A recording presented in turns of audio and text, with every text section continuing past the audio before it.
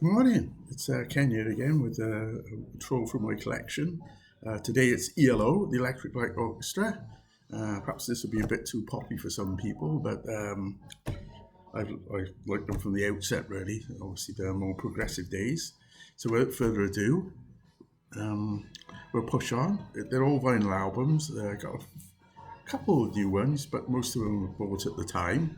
So, kicking off with Yellow Greatest Hits with a medallion of the yellow logo on there. This is a terrific album. Obviously, it's got if you know Yellow, it's got Evil Woman, Living Thing, Can't Get It Out of My Head, Showdown to the Stone and Rock Aria on side one, and then Sweet Talking Woman, Telephone Line, Mama Bell, Strange Magic, and Mr. Blue Skies.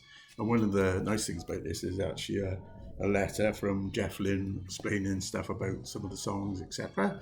So that's all good. So that's ELO's greatest hits. Another couple of compilations coming out here. This is The Light Shines On. This is a compilation album of the earlier stuff off the first couple of albums. So there's the classic light bulb picture there. And this has got stuff like Roll Over Beethoven, Mr. Radio, 10538 Overture, Battle of Master Moore, I said Mr. Radio, then Showdown was the one I was missing there. So this is a nice compilation, bought at the time. This is volume 2, and this has got some duplicate tracks on it, but they're different versions. It's got the full versions of Roll Over Beethoven and 10538 Overture, and a couple of the others, I think. This has got all the things that are missing off the other one, but those two are the longer versions. I got the edited versions on volume 1. So there's a nice picture. I think that's off an ITV, the name eludes me, Supersonic, perhaps, TV program. And I remember it being like, there was much jollity when the dry ice get pouring over the Shallow Bear, I think. So I can't remember his name. Mick Kaminsky, violinist. If you know, put it in the comments. This is the same layout as the first, Light Shines On, volume 1. So that's another nice compilation of its time, obviously. We're moving on to the heavier stuff now. This is heavier in the sense that this is a double album, and this is Out to the Blue, the classic, in my opinion, one of the best double albums. This is the one on blue vinyl, just to show you what we got there. There's the blue vinyl. With a poster as well. There's a poster in it. If we open that up, have a look at it. There you are. Which adorned many people's, many young teenagers' walls, I suspect, at the time. So that's Out of the Blue. That's a double album. So we'll open up their let's get the space inside of the spaceship.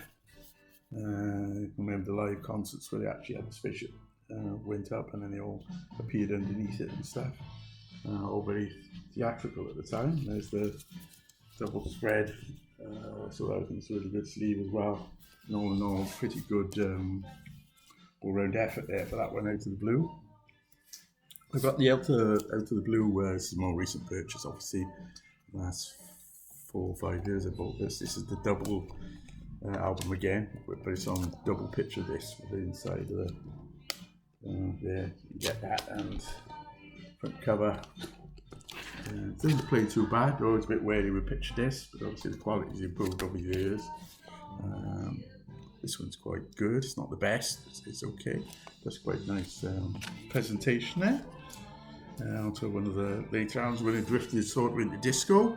I still like the stuff. I was a bit disappointed at the time, I remember, but I got grown to love it a little bit more. This is Discovery. They're quite good covers. I always find them interesting covers on the yellow albums. I don't know who the art designers were.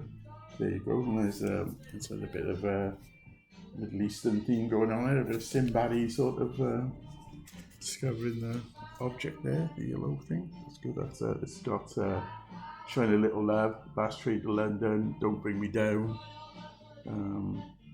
Moonlight Blue, and Sound of Love, and the infamous Horace Wimp, I guess. So really quite a lot poppier in the early days. This is Messages. Secret Messages, sorry. I forget the first part of the title. This is another cover you could sort of slave over and work at all the pictures and stuff like that. This has got like Secret Messages itself on it, and Rock and Roll is King is a very rock and rolly sort of number. Bluebird, some Beatley sounding tracks, getting towards Jeff Lynne's more Beatley sounds. So that's Secret Messages. There is people were looking for all the secret messages in it. There's in the sleeve with the lyrics and stuff. This is Time. This is a sort of concept album. This is I didn't think it as much as Time, but I've been listening to quite a lot lately, and it's a very good album. Twilight. Although at the time one of my favourite tracks was The Way the Life's Meant to Be. I always loved that track. Not so keen on the cover. Bit I don't know. It just doesn't do anything for me. Hold On Tight's on here as well. It's another Ticket to the Moon's another great song. I remember hearing that in Funfair's blasting out at the time. It was a good test at the time. It was if they were playing them in the Funfairs on the rides and stuff. This is the third album they released, going back to more of the original days now. This is On the Third Day. This is the UK cover. Includes the hit single Mama Bell. They didn't have many hit singles in those days. This opens up and you can see it's a bit of it's a fiddly process getting it out, because the actual record goes in from by there, and there's a picture of Jeff staring down on the world. There is an alternate cover with a picture of the band on, white and black sort of thing, but I've got the original one. Ocean Breakup, Bluebird is Dead, Mama Bell, as I mentioned, in All the Mountain Kent. So we're still hanging on to orchestral type stuff on this album before they shifted more pop and rock. This is another notorious one, I suppose. Love It or Hate It, like Xanadu. Olivia Newton-John. It's a soundtrack to a film which starred Gene Kelly, Olivia Newton-John. There's a side each, dedicated side each. There's inside pictures from the film itself. There's the broad spread of the thing there. This side is Olivia Newton-John mainly. There's a duet with Cliff Richard, I believe, on the side one. There's a few decent songs. Magic is alright. And then the side two is ELO songs. I'm Alive, The Fall, Don't Walk Away, All Around the World, and Xanadu itself, which is a duet-y sort of song. So there you go. That's Xanadu.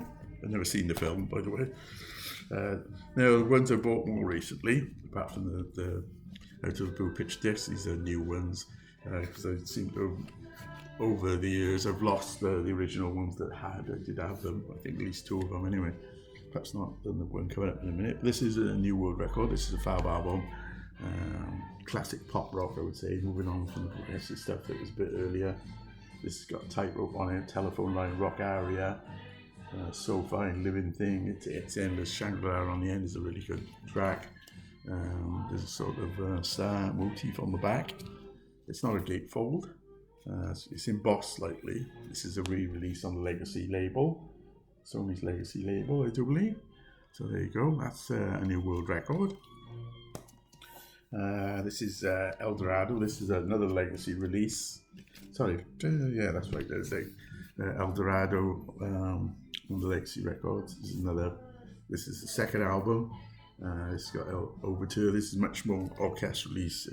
Although it Can't Get You to My Head, which is a great love song, and shows a sign of things to come, I guess, looking for it in hindsight.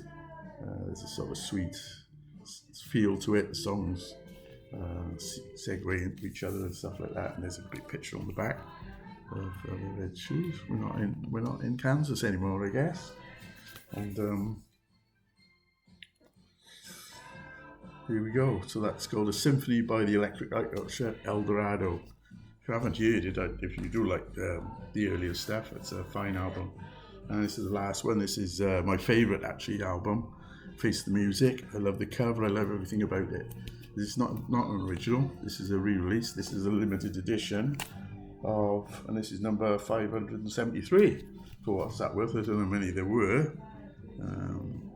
I've left it in the cling film because the type sticker and stuff like, and it's a single wood, so you're not missing it on anything. And this is, I do believe, on clear, yeah, clear vinyl. There you go. So that's my yellow collection. As usual, any comments or thoughts or opinions or positive or negative, I appreciate. I do try to keep these as short as possible. If that's a problem, just say. If you want them a bit longer, take more time, express more opinions, stuff like that's fine. But whatever you say, don't be afraid to put it down. I like criticism. I like being praised. So it's all good. So see you next time in a few weeks' time with when we'll be into September, and I'll do another one then of perhaps CDs and stuff. Okay, take care, everybody.